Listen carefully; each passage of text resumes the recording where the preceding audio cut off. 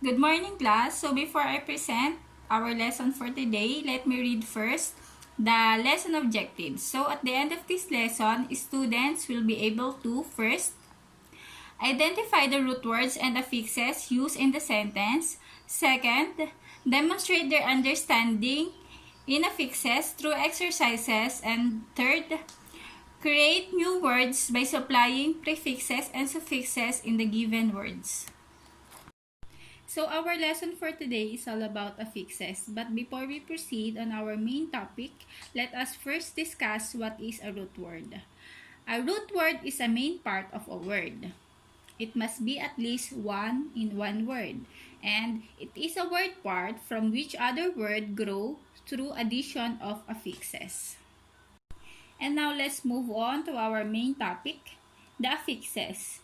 Do you have a background knowledge about affixes?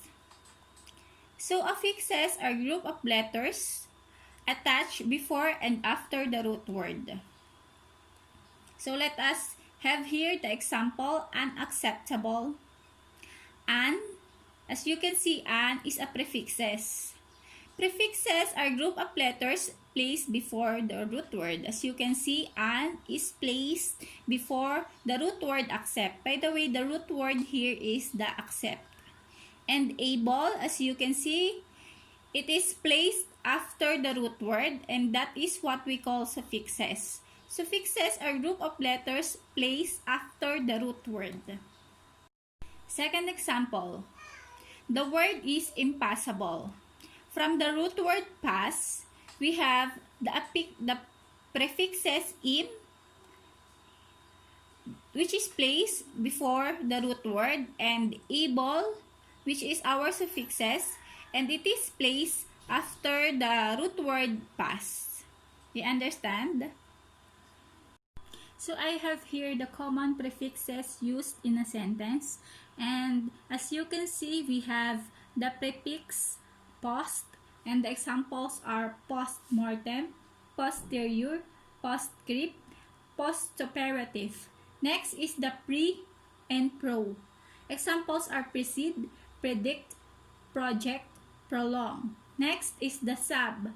Examples are submarine, subsidiary, and substandard. Next is the sim and syn. Examples are symmetry, symposium, synchronize, and synapse. Next is tele. Examples are telemedicine, television, telephone. Next is the trans. Examples are transmit, transaction, translation, and transfer. Next prefix is the tri. Examples are tricycle, trimester, triangle, and triathlon.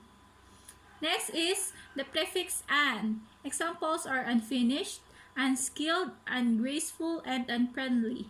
Next is uni. Examples are unicorn, unicellular, unicycle, and unilateral. Next is omni.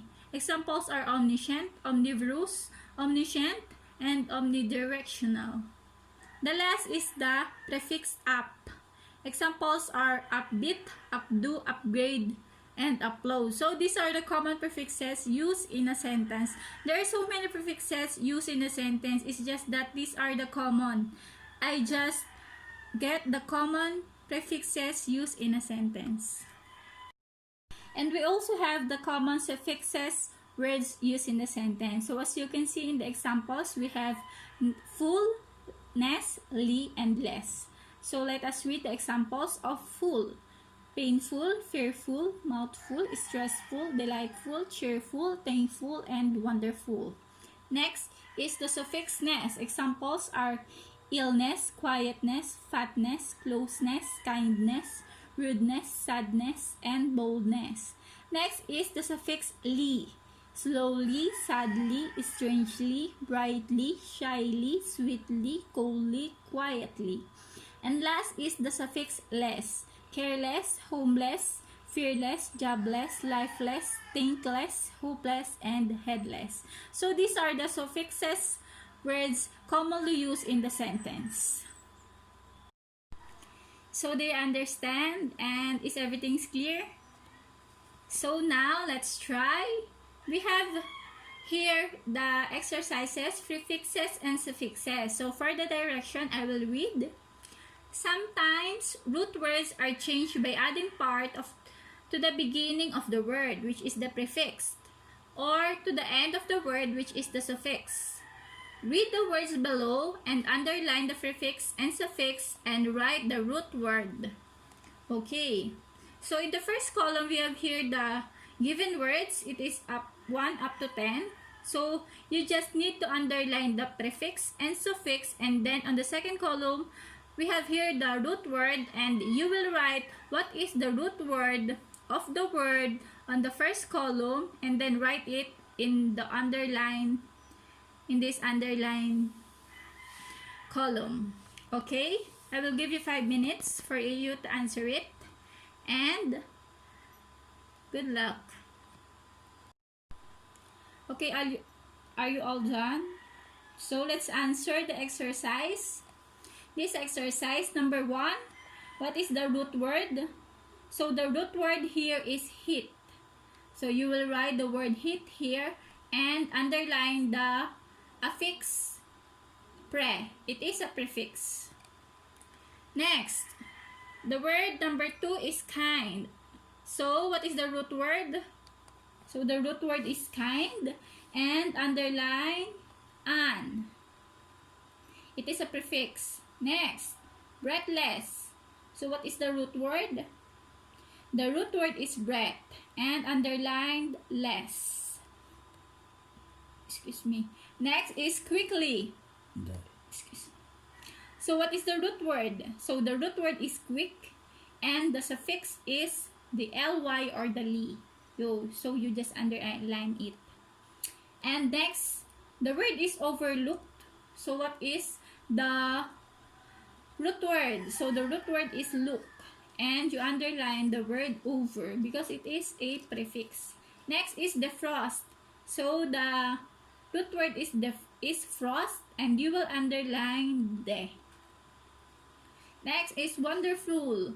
So what is the root word? The root word is wonder, and we have a suffix full. You will underline it.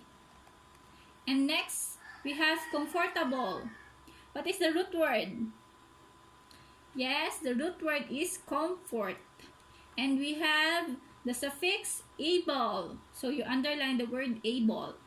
Next is the submarine. So what is the root word?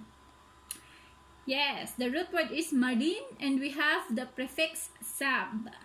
Next is the undersea. So what is the root word?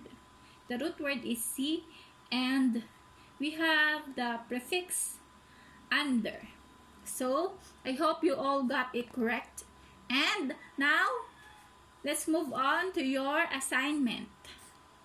So for your assignment, I have here a column, and we have the bank of prefixes and bank of suffixes. What are you going to do is to fill in the prefixes and suffixes that will be fit in the following words. So use the bank of prefixes and suffixes to complete each word. There may be more than one answer for some words. So there will be more than one answer. So you are just going to write here on the space provided. You will add the prefix before the root word and add suffix after the root word. So do you understand? And that's all for today. I hope you observe and learn all the topics we have discussed earlier. And if you have questions and clarifications, just text me. You have my number, and you can also PM me on my Facebook account. And that's all. Thank you.